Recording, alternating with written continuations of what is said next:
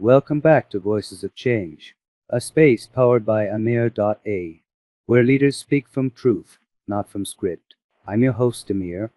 Today we continue from a message that has already stirred millions, a call to action, leadership, and liberation from one of Africa's most influential young leaders. You heard him earlier in his announcement. Direct, fearless, focused. Joining me now is Captain Ibrahim Traoré, President of Burkina Faso. Captain, it's an honor to have you on the podcast.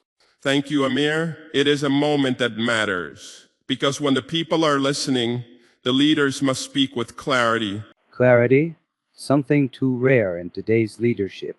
In your recent statement, you talked about leadership not as power, but as a burden, carried with purpose. Can you elaborate on that? Certainly, many nations across Africa, across the world, titles have replaced responsibility. We don't need rulers, Amir. We need protectors, builders, and listeners. When I wear the uniform, it is not to command from above, but to walk through the mud with my people.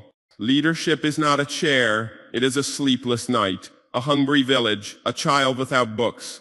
That is the burden, and purpose is what gives you the strength to carry it. Incredibly said. Your leadership echoes not only in Burkina Faso, but across a restless youth from Lagos to Lahore. You've become a symbol of rising resistance to injustice. And speaking of global injustice, we can't have this conversation without mentioning Imran Khan. He led Pakistan with a vision for Muslim dignity, unity, and peace on the world stage. And now he sits in a jail cell. What's your message in light of that? Imran Khan is a brother in the struggle. He spoke for justice in Palestine, for the dignity of the Muslim world, for independence from the hands that exploit us.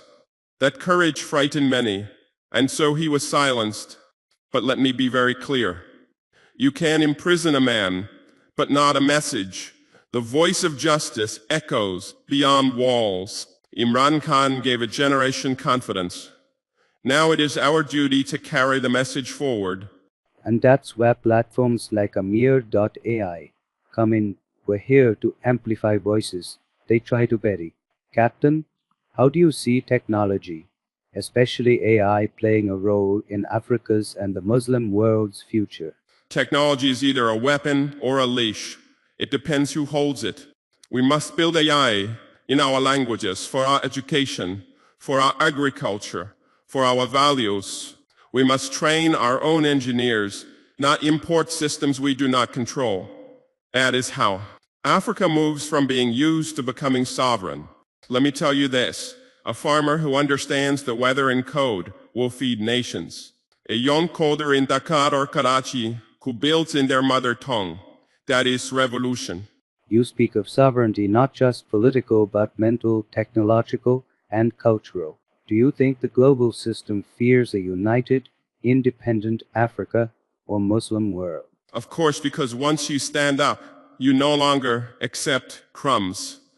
A united Africa, like a united Muslim world, brings dignity, and dignity terrifies those who profit from division and dependency. But we will not be divided any longer. Burkina Faso may be a small country, but our voice is firm. We speak not for ourselves alone, but for every people who has been looted, lied to, and left behind. That's a message many across the world, from Sudan to Palestine, from Pakistan to Mali, are desperate to hear. What do you say to the young person listening right now? Tired, angry, maybe even hopeless? I say you are not powerless. You are the storm, but that storm must have direction. Read, learn, build, speak, refuse to imitate, create. If your leaders fail, you become one. If your systems betray you, rebuild them. If your heroes are jailed, defend their legacy with action, not hashtags alone. And remember, silence is also a decision, and choose to be loud. Incredible. You are speaking not just to the youth of Burkina Faso or Africa, but to every young person longing for dignity.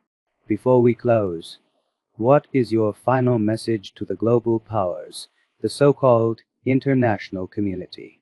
Stop pretending to protect peace while funding chaos.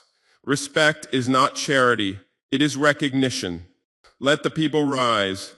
Let us speak for ourselves. We do not seek war, but we will never bow. Africa is awake.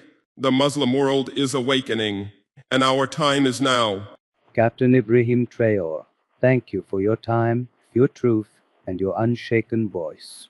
To our listeners, remember, real change isn't born in palaces. It's born in resistance, sacrifice, and truth. If they get Imran Khan silenced, others may follow, but if we listen, remember, and rise, their voices will never fade. This is Voices of Change, Amir. Until next time, stay awake, stay building, and never stay silent.